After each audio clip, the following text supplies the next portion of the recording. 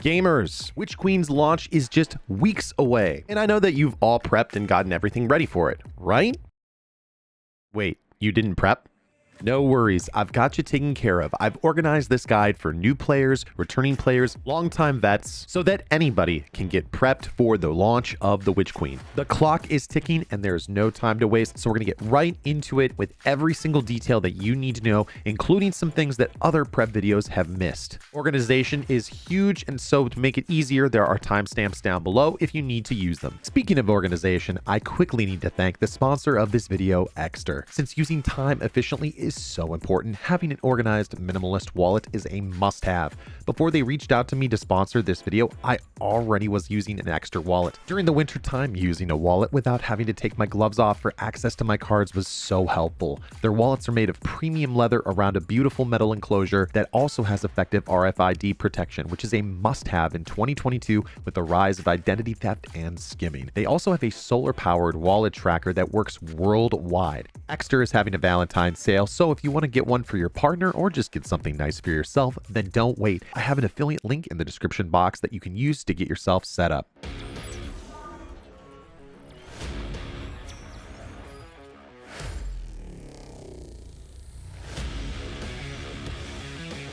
We're going to break down this Witch Queen prep guide into 3 different sections. We have the stuff that is expiring soon. We have the stuff that we need to stockpile, and then we have the stuff that we need to gear up and gear down.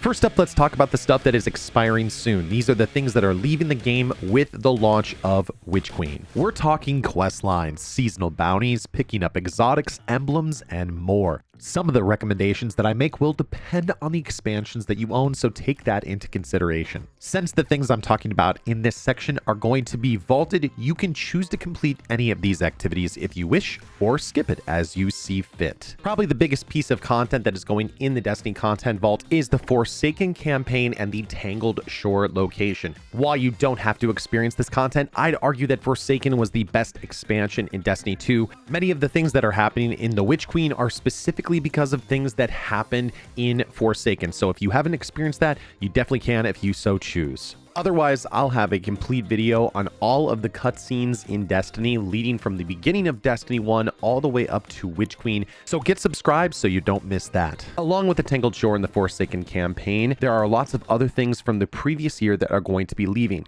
That's anything for the Warden, Chosen, Splicer, and Realm Walker seals, so basically anything in the last 4 seasons and their associated triumphs. That includes the Wrathborn hunts from Season of the Hunt, the Override Offensive and Expunge missions from Season of the Splicer, the Astral Alignment and Shattered Realm missions from Season of the Lost, and most importantly, these 3 missions: Harbinger, which gives you Hawkmoon, Presage, which gives you the Dead Man's Tale exotic, and then the Tracing the Stars quest for the Aegir's Scepter exotic. Along with that, all the weapons that you can earn through the seasonal activities from the last year are also going away. Finally, we have the seasonal challenges for Season of the Lost and the previous season. These challenges will reward you with lots of easy to get bright dust and also reputation at the vendors in the Helm. Now, that may seem like a lot to wrap your head around, and maybe you don't even know where to start, but that's okay. I'm going to be giving you recommendations based on where you might be in the game, whether you're a new player, a returning or seasoned player, or a Destiny vet. Starting with new players. If you're a free-to-play player, start with just trying to check off things with the seasonal challenges. While you won't be able to complete a portion of them because you don't have the season pass, some of them you'll be able to complete just by playing Strikes, Crucible, and Gambit. You'll be able to earn easy bright dust while farming other weapons and tricking out your loadout with drops. Next up, if you're a newer player that owns the season pass, the most important thing I'd recommend is for you to gather up all the weapons that you can from the season pass and the previous seasons that you want to keep. I'll be talking weapons from these previous seasons, specifically in the gearing up section, but the main thing here to do is to get the Harbinger and Presage missions done so you can get Hawkmoon and the Dead Man's Tale. While it's true you'll be able to get these still in Witch Queen at Xur, getting them will be expensive, and it's also old content when you want to be getting into the new stuff, and you already technically own them, so if you have the season pass, why not get them now? Harbinger rewards you with the Hawkmoon hand cannon, and Presage rewards you with the Dead Man's Tale. For the Dead Man's Tale, look for the God Roll of Vorpal Weapon, specifically for all activities, or Subsistence and 4th Time's a Charm for PvE. For Hawkmoon, it's mainly a PvP weapon. I aim for Rangefinder or Eye of the Storm. If you need help completing these missions, I do a ton of helps over at twitch.tv/manodestra, including raids, grandmasters, exotic helps, dungeons, and more, so make sure you stop on by and let me know that you came from this video. Next, get any of the mods that you can get from progressing the vendors in the Helm. That's the War Table, the Splicer Servitor, and the Wayfinder's Compass. This is going to help you in creating builds for your character in Witch Queen, which Bungie has specifically said is a goal. Another major thing to complete is to try and finish the Wayfinder's Voyage quest on your main character so that you can experience Savathun's exorcism that will be happening in the week before the drop of Witch Queen. Alright, for seasoned and returning players, do all the things that I mentioned for the new players, but also add on any triumphs, emblems, and story content that you want to sink your teeth into. Right now, it's pretty easy to hop into all the Realmwalker seal content, like Astral Alignment and the Shattered Realm, very quickly because now it's on a daily reset.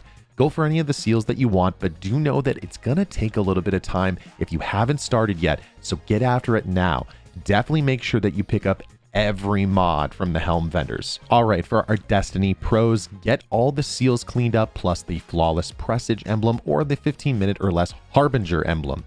Get all the ships, sparrows, and ghosts that you want and max your triumph score if you're into that. Because there's so many triumphs, emblems, ghosts, ships, and sparrows going away, having a good resource to figure out what you want to do is super important. So I'm going to recommend you check out braytech.org. Log in with each of your characters and you can see all of your expiring triumphs, triumphs that are almost complete, and also your unredeemed triumphs. A quick warning though, Braytech is an amazing website, but it can be a lot to take in, especially for someone who is new to the site. Just remember that all of those things are definitely optional. You don't have to do it, but it is going to be going away, so time is running out. I also recommend getting all of your exotic weapon catalysts taken care of, like the seasonal exotic weapons like Aegir's Scepter, Cryocesia 77k, Duality, Tiku's Divination, and Lorenz Driver. If you have time, knock out any other catalysts that you need to take care of. You can either do that in the Dares of Eternity, the Shirochi encounter, the beginning of the Grasp of Avarice dungeon, or the good old Thrall Way. Next up, we have stockpiling, which is what most people think of when they think of prepping for a new expansion. Now, let's be clear here. Stockpiling is completely optional. You don't have to do it to enjoy Witch Queen. You can definitely wait until February 22nd and then go hard in the paint for some Destiny content. But that's not why you came for this video, right? So first off, what are you going to stockpile? Why the heck are we doing it in the first place, and how are we going to do it? Well, here's a quick list of the easy reasons why you want to stockpile bounties, materials, XP, and more. First of all, faster access to mod slots in the artifact during the new season of content, more access to the season pass rewards, that means more Bright Dust, materials, the exotic weapon, which looks to be the new SMG, better access to those looking for gear for the day one raid, more materials ahead of time so you don't have to farm them while you want to be experiencing content, more access to different weapons, perks, potential build crafting, which will definitely be a focus if you are going to be a day one raider, more stuff to show off to your friends. Come on, you know that's a big reason why. At the end of the day, you want to spend less time focusing on leveling during the new content and more on the content itself, like the secrets, the challenges, and day one raid content. Here's the thing, don't stress yourself out. Remember that if you haven't been playing Destiny consistently, that's okay. Focus on the things that are a high priority to you and how you can most easily get XP and stockpile your materials. Let's talk bounties first. One of the things that a lot of guides miss is this. Your quests and your bounties tab together have the same limit. They use basically the same inventory in the code of the game, and that limit is 63 per character. That means that the first thing you should do as you start to organize your bounties is figure out what quest lines you need and what you don't need. An easy way to deal with this is by looking at your exotic quests and see what you actually need to complete. Many of the exotic quests are character-based rather than account-based. You might have multiple quests for exotics that you've already earned. Take, for example, this quest for the Malfeasance hand cannon. I've already earned that on my Hunter, so my Warlock and my Titan don't need them. So as you start wrapping your quests, pursuits, and triumphs, once they're complete or you don't want them, just get rid of them. You can always reacquire them at the quest tab here in the helm or at the tower. Next up, which bounties are you supposed to keep and hold on to? Which ones deliver the most value for the time that you've got? In general, the bounties that are best for this are any of the weekly bounties, Iron Banner bounties, Moon bounties, Europa bounties, and more. These are the most important to stock up on if you are planning on stockpiling bounties. The best part about this is you can do this whenever you want except for the Iron Banner bounties. Once they're completed, just leave them in your bounties and quests tab and move on. For those people who want to get really nitty gritty, how do you tell how much XP certain bounties give you? This is where we're going to direct you to one of the most important tools you should be using as you prep for Witch Queen, DestinyRecipes.com. The devs over there have designed an amazing website specifically for Destiny data, especially for day one prep. They have a specific section that outlines all the bounties that are currently available in the game and which ones have the most XP. They literally show you the numbers of the XP gained, which is something that the in-game display does not do. What's great is that you log in with your Bungie character and they pull the data straight from the API, so you get a real-time look at how you are prepped for the next expansion. The key to bounty stockpiling? Do it in small bursts. One every day until Witch Queen, regardless of what you're working on in the game. Take 20 to 30 minutes to get one or two of those bounties done. Do it as a wind-down session to log off Destiny. When you start making this a habit, then you'll start consistently doing it every day, just like in exercise or diet or other habits. It will start to stick more, you'll remember to do it more often, and you won't be left in the dust as the new season and new expansion comes. As for the Iron Banner bounties, there will be one more Iron Banner the week preceding Witch Queen. So what you should do now is get as many of those other weekly bounties done before that week, and make sure that you have space for at least 4 more so you have time to knock them out. Like I did in the previous section, we're going to break it down by beginners, returners, and Destiny vets. If you're a free-to-play player, grab whatever weekly bounties you can and get whatever exotics and quests you don't need out of your inventory. Focus on the easy-to-complete big weekly bounties at the Cosmodrome and other locations. If you can get some Iron Banner bounties done the week before Witch Queen, finally, if you're willing to wait for it, pick up a Star Horse bounty and complete it in the Dares of Eternity. Now, if you own the expansions, one of the best places to go for XP is actually the Moon. There's 2 vendors there, where most planets there's usually only one, the Lectern of Enchantment and Eris Morn. Both of them have bounties that can be done very easily and also return tons of XP, so stockpiling them is not a big issue.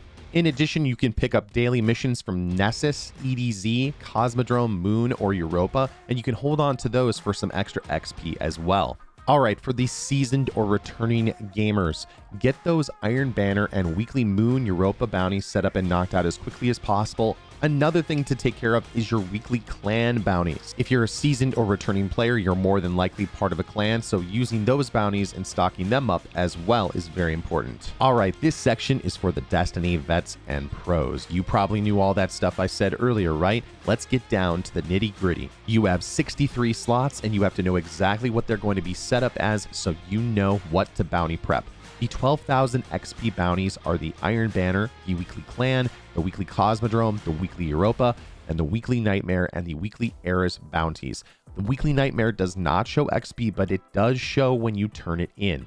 For 6,000 XP, you want to pick up 7 of each: Vanguard, Crucible, Gambit, and Gunsmith. The reason you want to do that is because there might be a bug where if you have 8 of them for some reason, it doesn't complete the Ritual Vendor weekly event when you turn in those bounties. You need to plan out daily bounties from Nessus, EDZ, Cosmodrome, Moon, or Europa, but you don't want to save any of the Year 4 seasonal bounties since all of this content and bounties are going to be vaulted when Witch Queen comes out. A wonderful article from Reddit actually posted a really good ideal bounty inventory for those people who are really into prepping. So that's 6 weekly or clan bounties, 7 Iron Banner bounties, 2 weekly Cosmodrome bounties, whatever Europa bounties you can get, 2 weekly Nightmare Hunt bounties, and 2 weekly Eris bounties. After that, you want to do 7 of each of the Vanguard, Crucible, Gunsmith, and Gambit dailies. Remember, we're doing 7 instead of 8, just in case if sometimes Bungie has a bug that won't complete your Ritual Vendor weekly when you turn in 8 old bounties. After that, you want to do 9 dailies from either Nessus, the EDZ, Cosmodrome, Moon, or Europa, wherever you feel comfortable doing those. Now, while you do have space for 63 bounties and or quests per character, don't completely stock up on them because invariably we're going to get new quest lines and new missions. It's something that happens every expansion or new content drop with Destiny, so make sure that you have enough space for them. And an easy way to do that is just to delete any of the dailies that you don't necessarily need that give you a lower amount of XP. If you look at DestinyRecipes.com, you can kind of plan out which ones to delete if you need to. If you're planning to spend all this time and getting really nitty-gritty with your XP and your bounties, you need to know how to maximize your XP gains when the new season comes out. Besides the bounties, you can also get extra XP on top of that by doing a couple of things. Make sure that you have a ghost with the guiding light mod equipped. That's going to give you extra 10% XP whenever you pop a bounty or just whenever you're completing stuff in the game. When you are popping bounties, make sure that you have a friend in your fire team. You will get a buff called Shared Wisdom. It will give you a little boost to your XP gains. In addition, look at the season pass and see if there are any moments where you get a boost to XP, whether it's in a fire team, solo, just XP in general. In the past, you've gotten a boost just from claiming the first rank 1 reward of the season pass. So at the beginning of every season, what you should do is play on your first main character until you get your seasonal artifact. Go to the point where you can get more XP boosts in the season pass, whether that's rank 1, rank 5. It's going to depend on what the season pass looks like for Witch Queen. Once you've done that, physically land on a planet with a friend and pop all the bounties on your first character. You cannot claim the Shared Wisdom buff when you're in orbit, at least not at the time of the making of this video. After that, you're going to repeat, once you get those XP boosts, repeat that with your second and your third character. The biggest thing is making sure that you are not missing out on XP from getting that Shared Wisdom buff as well as having that ghost. All right, next up, we're talking materials. Materials are some of the currencies and pieces that you use to build craft inside of Destiny 2. Those are things like legendary shards, enhancement cores, ascendant shards, plus planetary materials. They are invaluable in looking to get a head start on a new expansion. First up, your inventory might be clogged with a bunch of stuff you don't need anymore. So here's what to delete or get rid of. This is garbage or stuff that's going to be deleted with the new expansions. That's any tickets or event items that serve no purpose. Bungie has done a pretty good job of laying out which of those things you can delete from your inventory. In addition, if you're not farming for any more weapons from the seasonal content, you can delete any materials you use for that, like decrypted data, corrupted key codes, etc. If you've already completed any quests that go along with these items, you don't necessarily need them. That's things like rice cakes, dark fragments, charges of light, anything else like that. If you have space, you don't need to delete them, but it might help you save space later on. Next up, we have ornaments or mods. Unless if you have the old mods from the Forsaken days, you can basically delete all of your mods, save for one, the Transcendent Blessing mod from the Dreaming City. You want to hold on to that, as that is a special mod that doesn't work like the others. If you have weapon and armor ornaments or anything else like that in your inventory, those can be stored and reacquired through your collections or just by selecting them on your weapon. Once you purchase those items, it's unlocked, so all you have to do is just go back there and pick it up. All right, very importantly, we have gunsmith parts. Bungie has stated that they are going to delete gunsmith parts completely, so if you have any of them, turn them in. But before you do, make sure that you completely empty your Postmaster. If you have upwards of 1,000 parts, you might end up filling your Postmaster consistently with some random weapons, so make sure you do that constantly. Speaking of the Postmaster, let's talk about how you use your Postmaster as a kind of temporary mini vault for materials. Warning. Do this at your own risk. If you use the Postmaster for hoarding materials, and if it gets too full with other gear, it will delete your oldest gear and materials first. Especially when we have a new expansion, there's probably going to be new blues that we pick up. So consistently check your Postmaster to make sure you're good to go. So here's what you need to know. Certain materials have a cap on them in your inventory, meaning you can only hold a certain amount. Here are the ones that are the most important to endgame content. That's Ascendant Shards, which you can hold 10, Enhancement Prisms, which you can hold 50. You also have Upgrade Modules with a limit of 25, and then we have Enhancement Cores with a stack of 99, but those can actually go in your vault.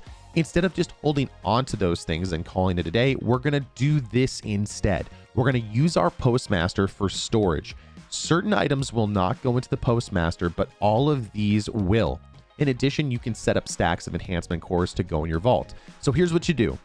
Fill up your character with the inventory with these primarily if you can. Get 10 Ascendant Shards, 50 Enhancement Prisms, and 25 Upgrade Modules. If you need to, you can purchase any of those things from the gunsmith right now. After you've done that, go complete some high-end activities that might drop those materials. When you complete those activities, like say for example, the hard or master mode of Atheon, or the master version of the Grasp of Avarice dungeon or Trials of Osiris, anything that is extra outside of those things you have in your inventory will go automatically into your Postmaster.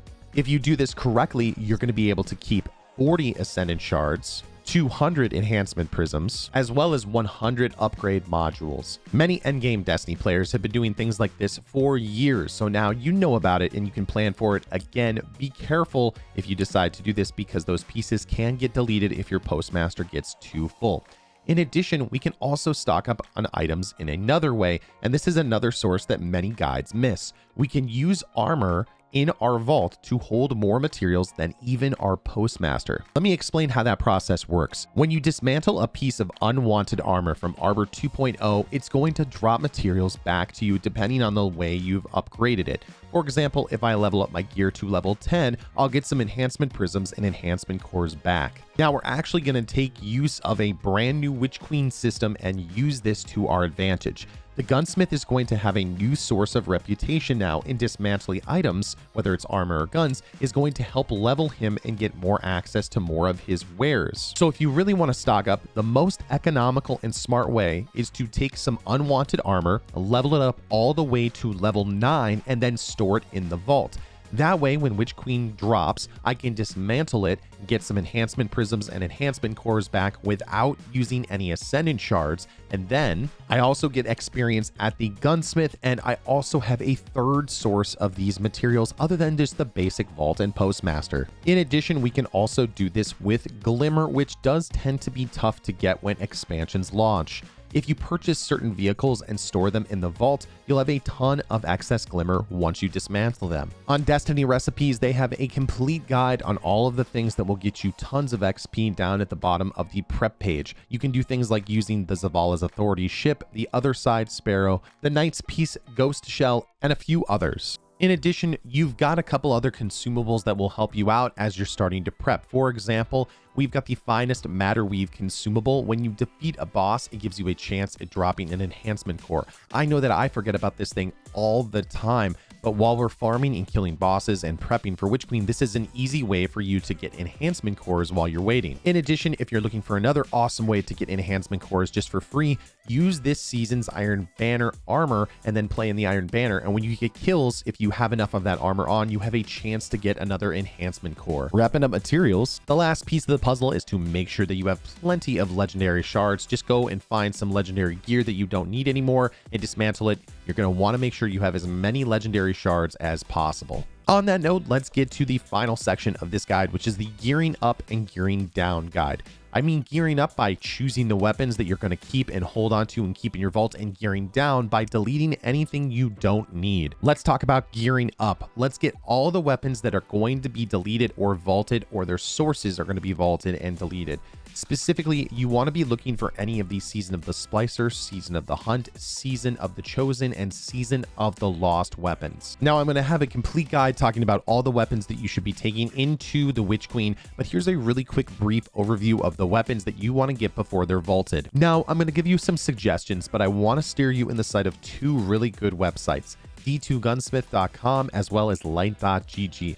Both of these websites allow you to see all the different weapon combinations that you can get on a weapon and also what they do. I personally like D2 Gunsmith because it gives me specific numbers for most things, but light.gg is really great because it shows you community ratings on different weapons. Now, I'm going to exclude some of the exotics from this. This is specifically about any legendary weapons that come from sources that are going to be vaulted or weapons that are going to be deleted with the coming of Witch Queen. From Season of the Hunt, make sure you pick up a Deafening Whisper, which is the only waveframe grenade launcher that exists currently that can be brought up to power level in Destiny 2. Next up, make sure that from the Season of the Chosen that you pick up the Extraordinary Rendition, which is an amazing kinetic submachine gun. In addition, there is the Imperial Needle, which is a lightweight void bow, the Threaded Needle void linear fusion rifle, which is very popular this past season, as well as the Code Duello solar rocket launcher. From Season of the Splicer, there are some amazing weapons like the Chroma Rush Auto Rifle, which is a rapid fire frame, the Grid Skipper Pulse Rifle, which is another rapid fire frame, as well as the Ignition Code, which is a breech loaded grenade launcher. It's really strong with slide shot and blinding grenades, even with the nerf that is going to be coming to blinding grenades. It's very strong in PvE content. The shotgun from Season of the Splicer, the Sojourner's Tale, is very strong in PvP. It's a precision frame shotgun, and with the incoming nerf to Chaperone, I could see this making a killing in the Crucible. From Season of the Lost, definitely make sure that you pick up a Vulpecula Stasis hand cannon, which is really nice because it does roll with Headstone. In addition, there's an awesome arc energy bow named Wolf Tone Draw, which is also really strong, especially because it rolls with Frenzy. For shotgun users out there in PvP, the Fractifist shotgun is awesome. It's a non-slug shotgun that I still use to this day, and it's very competitive in PvP. If you're willing to venture into PvP, from Trials of Osiris, the Igneous Hammer and the Solar Scar are both going to be vaulted after this season. Both are very strong weapons, especially Igneous Hammer was one of the top meta weapons in the past, and even though 140s have started to take over the landscape, Igneous Hammer is still ridiculously strong. In Iron Banner, the Multimax CCX, the Time-Worn Spire, the Guiding Sight, and the Steady Hand are all going to be leaving. I would focus on getting a really nice Multimax CCX SMG, as well as a Time-Worn Spire. From the Nightfalls, a couple of weapons are going to be vaulted. That's the Swarm, the Shadow Price Auto Rifle, the Azumi RR4 Sniper, as well as the Hung Jury SR4. I would specifically be looking for the Shadow Price and the Hung Jury. Those are going to be available in the next 2 weeks, so you can actually still go get them from the Nightfalls or Grandmaster Nightfalls if you want to get the Adept version of those. Now, between getting all of these weapons that are going to be vaulted and then also hoarding armor for different materials, where do you have space to put all this? Let's talk about cleaning your vault.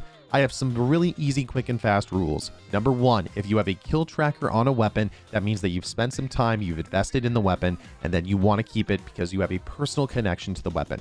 For example, I have my Midnight Coup that has thousands of kills on it. I will never delete this weapon. I also have a couple of Black Armory weapons that are some of my favorite weapons, and I will never delete those ever.